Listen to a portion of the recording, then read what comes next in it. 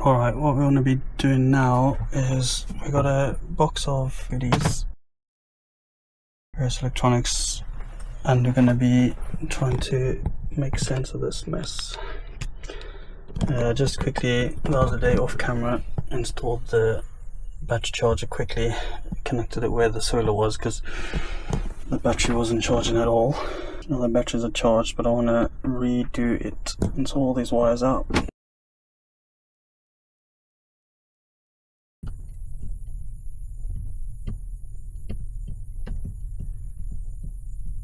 I've been thinking it'd probably be good to have another battery in here as well for the house battery. I've only got this 800 amps. I need to get the shunt connected so you can see how much power we use and figure out where to mount everything.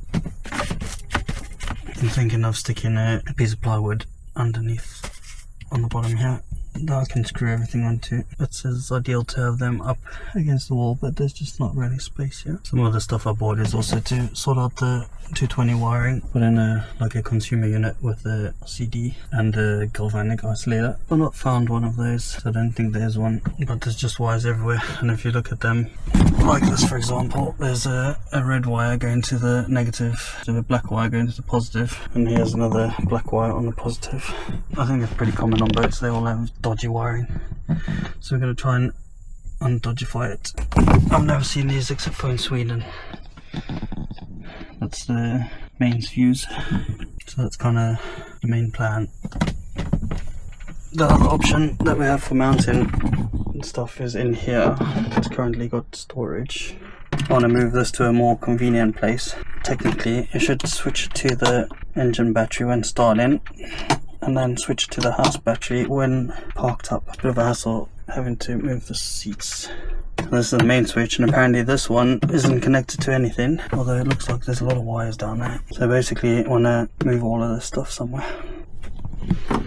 So let's see how it goes. And first I'll start off by unplugging everything. I think that would be a good idea. A good goal for today would be to at least get the solar working and the shunt so we can actually measure the consumption. And one of the changes I also want to do is currently the alternator is connected to battery 1, which is the start battery, but I've been reading online that it's probably better to connect the alternator and all the chargers to the house battery, and then I've got a battery combiner. When it detects the charging, it combines the two batteries, so that will allow the charge to go to the start battery. And I'm going to set it up so that the start battery is completely isolated from the house battery. That's the plan so far. And I got a drawing, I'll stick it in with the magics of editing.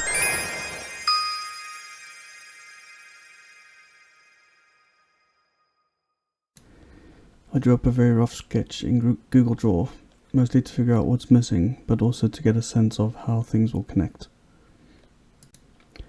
As a quick bit of background, we just bought this boat to learn how to sail and plan to do a big trip around the Baltic next summer. To avoid spending too much of our available summertime on this, I want to do as much as possible before the new season starts. The 50-year-old electrical system needs to be able to cope with the demands of modern technology. At the same time, I want to remove what is broken, outdated or insufficient. This first step will give us a good base to build on in the future as we add more charging sources and consuming devices. As you will see, we're also installing new shore and solar charger controllers. It will give us a chance to evaluate the Victron components before committing to a massive system on a blue water cruiser. In the future, I want to revisit the 220 system as well as build a modern display panel. I have a few bits, as you'll see later, but I also want to move some of the existing controls around the boat to a central location. If you have any questions or feedback, please stick them in the comments. This file, along with the expenses, are on our Patreon page on the free membership tier. I'll refer back to this drawing and explain specific parts as we go along.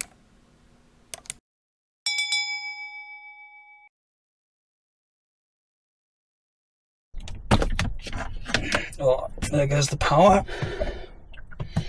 Just difficult to know where to start. There's an extremely thin wire connected to the positive here. No idea what that is. If you just look at it, it's going to snap off. Or just take these batteries out so there's more space.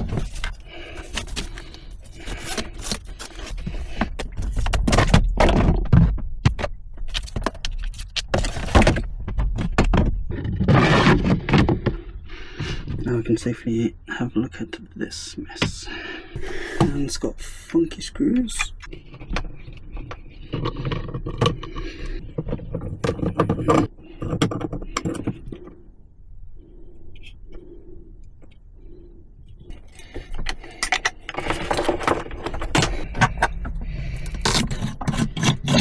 Don't know what this is for, but at least it's stainless steel, so it's easy to, it's not corroded. Okay, so that is connected to the 12 volt.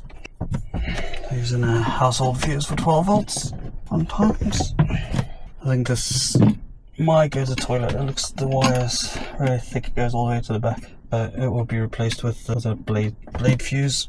That's interesting because it's a black wire, and thinking it might be positive. This was the one connected to the fuse. It goes in the top of the fuse and out the bottom of the fuse to here, and that's positive. That at least solves what this wire is. Nothing.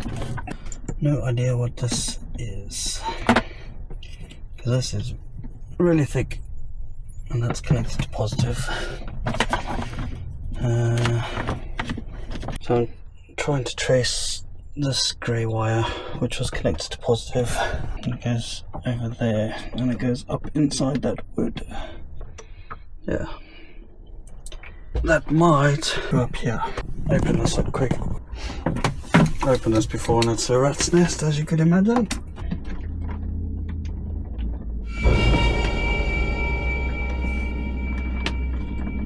It looks like we found our grey cable. Yeah, and it's connected to the red one. So I wanted to test this with a meter, but I'm thinking about it, I won't be able to because it's connected to positive. And positive would have continuity, technically. Touch there, and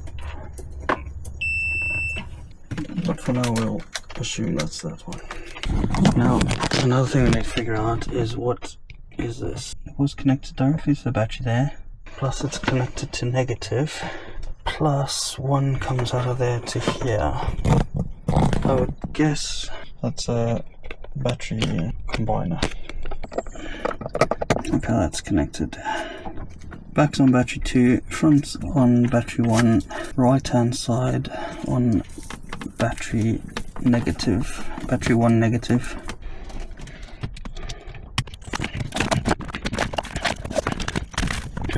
So one of the main things I want to do is like get rid of this. There's like 20 cables connected to the battery, and just have one cable to a distribution block, because it's just like so difficult to work with this. I think I found the source of that red wire, at least. You can see it there.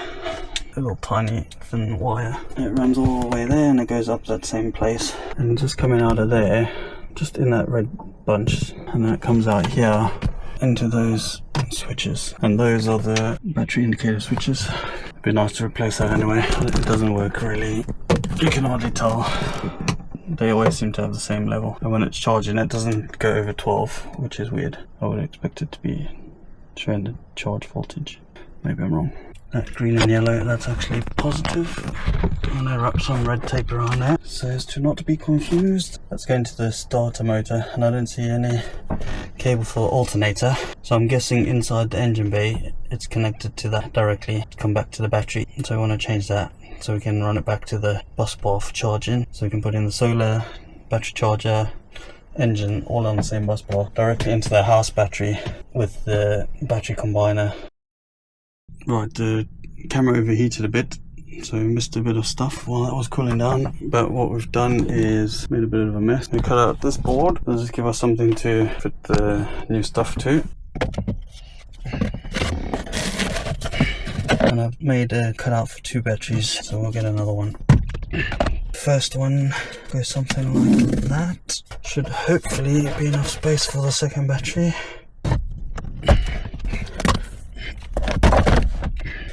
This is like one of the ones that I got, and then I got, so that will be like for positive, and then I got this one for negative, and maybe a positive one as well. And obviously we also got the shunt, well, in series to the negative. Wouldn't it be? So off camera I made just a test on the connector for the cables.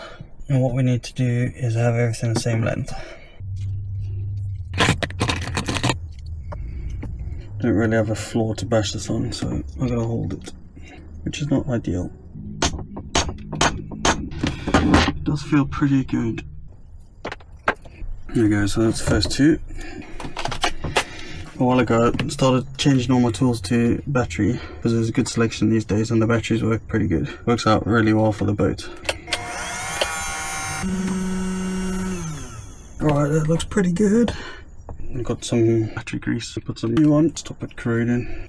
It's just got one side to battery, one side to the system. Then we'll connect both batteries to, both of the house batteries to this battery. There we go, so it's like that.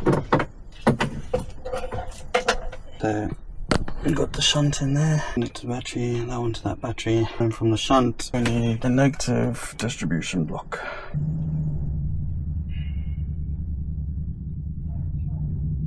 Gotta hit it a bunch because you're not getting much power with such soft blows.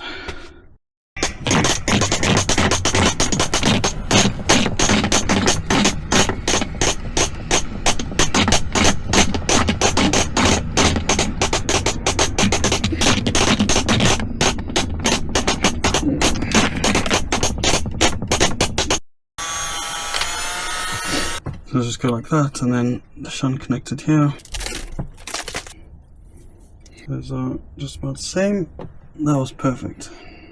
It's quite a struggle on the boat because there's like no space for anything. Focus on this one now, as we've only got one battery, and see if I can get it hooked up before it's dark. So I'd like to leave the fridge on. I think there's a bunch of fish jumping out here. That's a fish or a duck.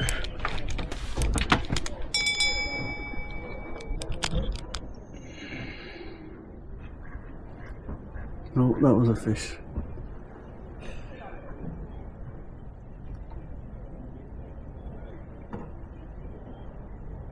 Sounded like a pretty big one, and it must have jumped out about 20 times now.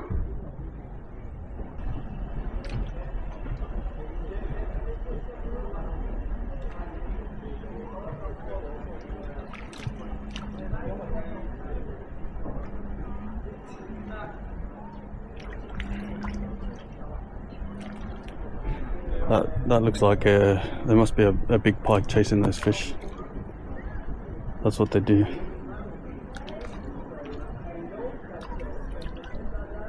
They like jump out the water to try and get away. I've got a fishing license to fish here, so I'm definitely gonna have to bring the rods down.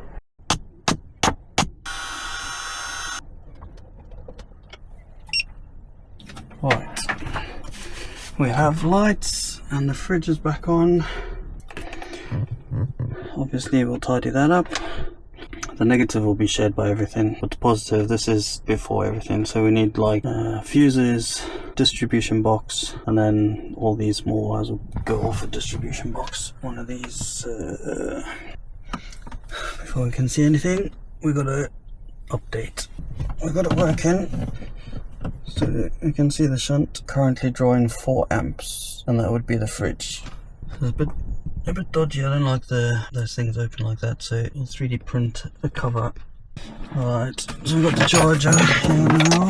I'll just repurpose those, tied them up with some shrink stuff, and now it's going to be lights out.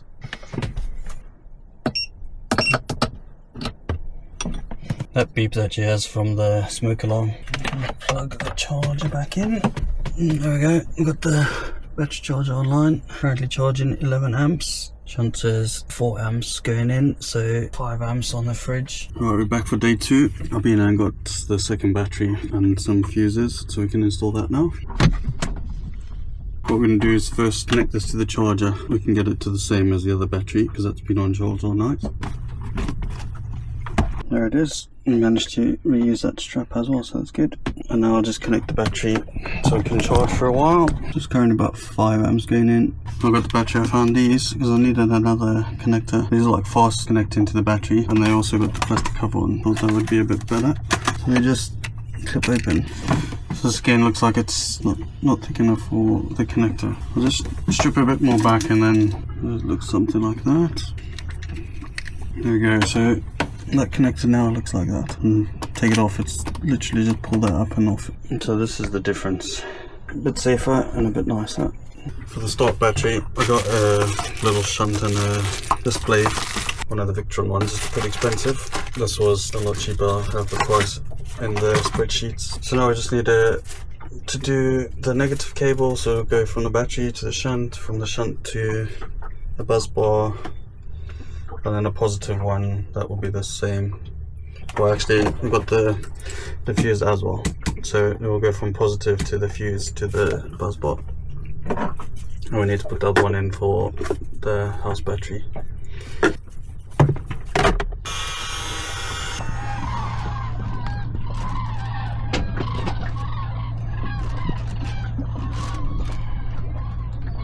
It's the second flock I've seen today, heading south.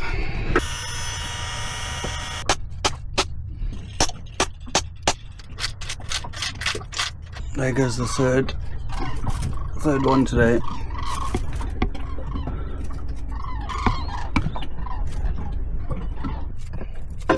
So the other battery looked pretty charged, so they're now both connected, but with the fuse, so we just need one more cable to connect the fuse to the bus bar.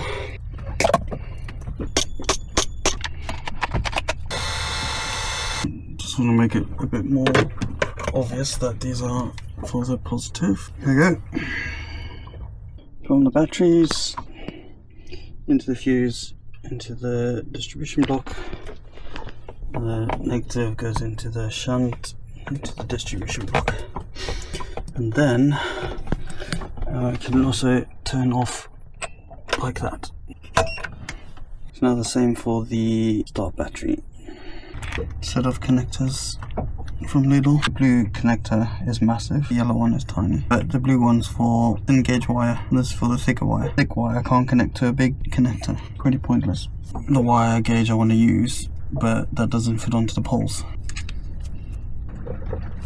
Right, we've been doing a little bit of work off camera here. We'll get into that now, but what we're doing here is running a new cable for the alternator. So I'm going to reuse those engine cables for the start battery, but I'm going to run a new cable for the alternator, because currently the alternator is just here, runs directly that blue cable, but it connects directly to the starter. So I'm going to run a new cable that will go to the alternator directly, and then leave the existing one on the starter. You can just see the edge of the wire sticking out there. Need to get that round, all the way around to the back, down there, then up to here.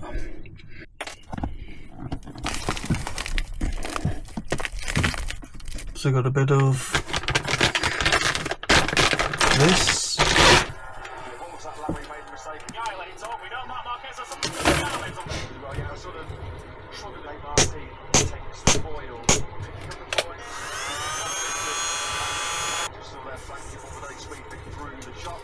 Now we'll just need to feed the wire through around the back of the engine. The cable there, just need to attach it to there. Now we'll just zip tie that new cable into the existing one. Turns out this was a good thing I was doing this, because if you look at this, all the cables to the start motor are loose. So I made some progress down here. Alternator's connected. Tighten up all the loose, positive was loose and various other things. So I've tightened all that up. When I was at the shops, I found this silver. It's like a fiberglass sheath with some kind of aluminium to protect from the heat. So I've wrapped it in that as well. And then what comes out is just the plain cable. So now we can get back to wiring the rest of this. A quick project here. I got this aluminium tape, I guess it is. Just gonna place it here. This cover's come off to protect the sponge. That's looking good now. Protect the foam from falling apart. It was already getting a bit brittle, crumbly. Now we can just do the same with this one. Oh, this part's getting the backing off.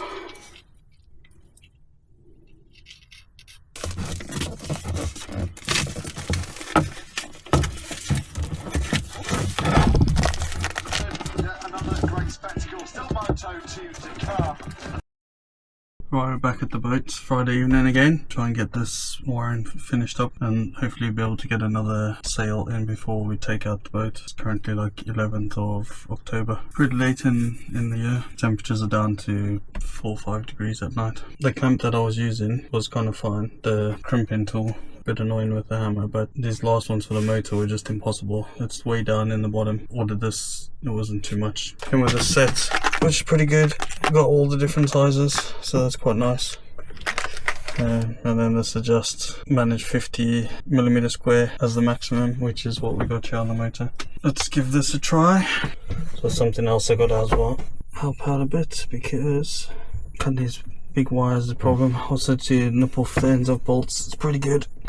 I think part of the problem was maybe that's a little bit too big. Only heat shrink I got's black, unfortunately. A bit quicker the second time.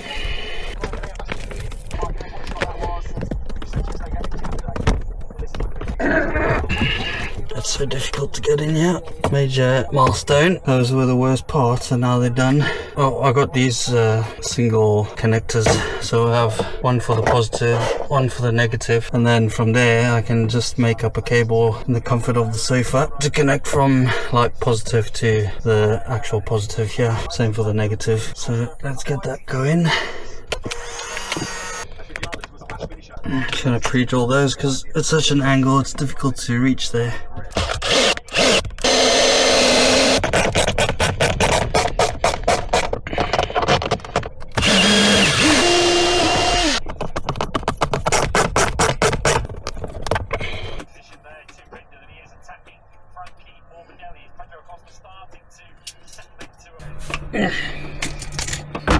Pretty easy with that. So this is the engine. It's a bit thinner than the rest, but I think it's thick enough. We can always replace it, but I don't want to buy a whole roll because it was nearly $100 for a roll. I can only buy a 5-meter roll and I only need like a little piece. So we can either double it up or buy somewhere at some point if it's a problem. So it's so much easier with the right tools. Just realised I made this too long to the wrong place. Yeah, it's quite long. I'm gonna cut it nearly twice as long as it should be. That's annoying. And it's like pretty much the last cable as well, so I can't even really use that piece. Pretty much not made a mistake until now.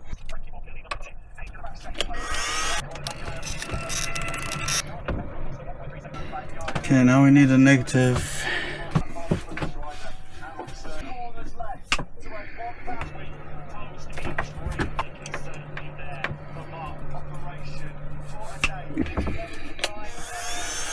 There you go, pretty nice.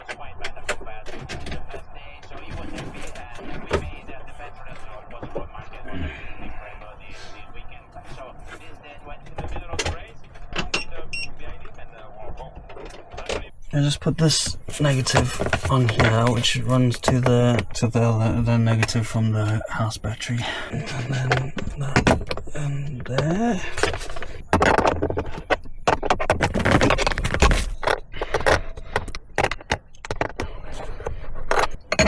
This is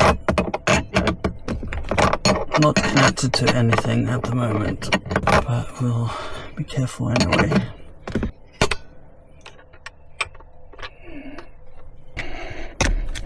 So down here's the alternator cable.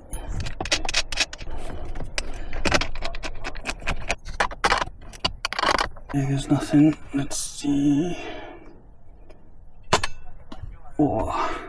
So right now this is the voltage sensitive relay, so at the moment the batteries are disconnected because the charger's off. So when we plug the charger in, it will connect these two bus bars together, which will connect this has got the positive for the house batteries, that's got the positive for the start battery. So that's on and that's on. So now if we plug the charger in, it should the charger coming on and that relay just turned on. So we can have a look on the app and see how much we get it. I can see the charging happening.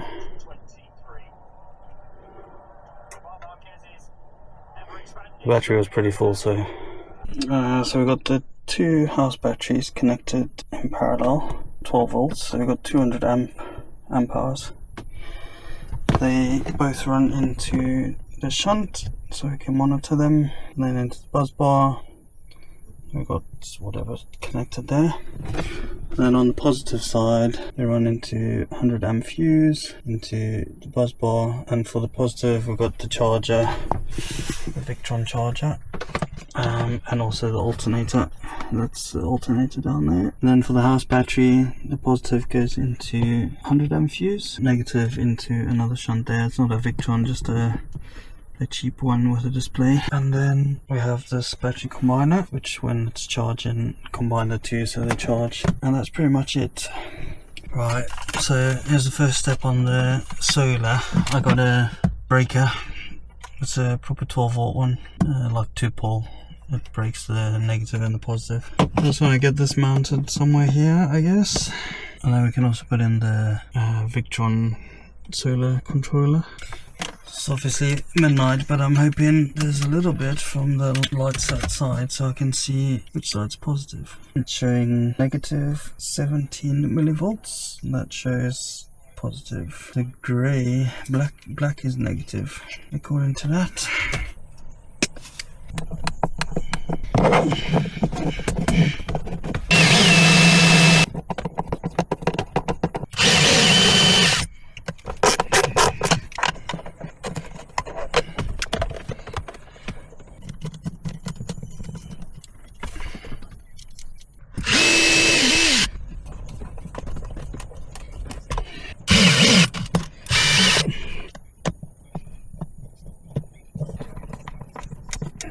Magnetic screwdriver and stainless steel screws is pointless. That's the solar wired in.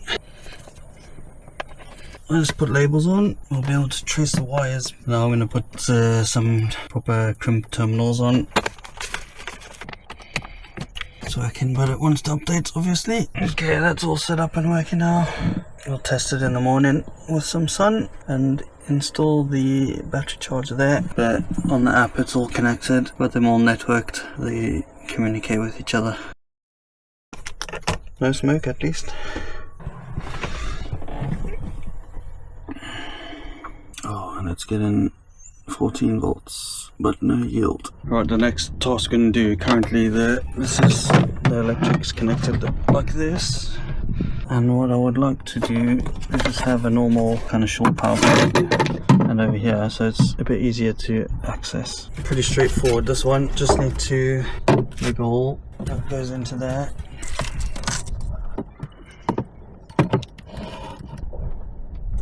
That line there is kind of where there's a little bolt cable, so we want to be on this side. And I think I'll get it like pretty close.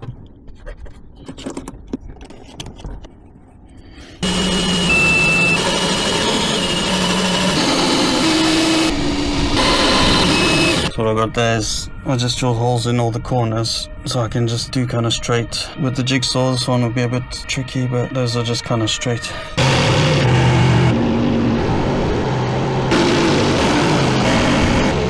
See, that fits like a glove.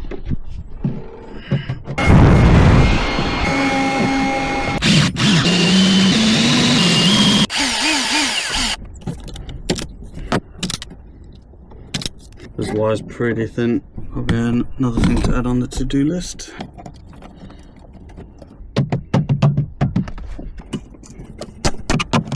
Now we just need to change the plug on this. Right, so here's the plug that goes in there. That one first, then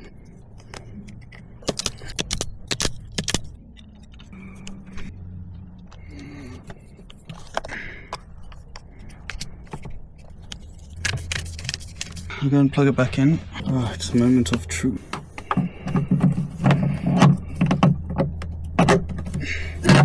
Oh, and I can see in the boat the power's working. Back on the electrics now, or the 12 volts. I'm just doing some wiring to hook this up at a positive. I'm going to make up two here, one for each side, and then make up a negative, and then that'll be ready to go. It's just the smaller connectors. So this is one of the positives, a big connector, this one on the bus bar, and then a smaller one on the distributor thingy. And that's the second one. Just need to do the heat shrink. how that looks now. Unfortunately, at the moment I've only got a cable that's a bit too thin or really thick. This is 4.5mm, so ideally it should be about 8, but I've only got 16. But for now I need to connect one thing, so I'll just do this one temporarily. So that blade fuse holder is now wired in. We need the fuse box now is to rewire the toilet in. It previously had that old school house fuse, which was actually 220 volts. So yeah, now I'm just going to rewire that. First thing I need to do is extend the positive, because with all the rewiring it needs to be a bit longer. For the first attempt, I'm going to try one of these heat shrink sleeves. I've never used one before. Let's now splice. Almost forgot the heat shrink. I've got a 20 amp fuse. I think there was a 25 amp on that household one. Right, I'm gonna give it a try. Nice. And that's toilet working.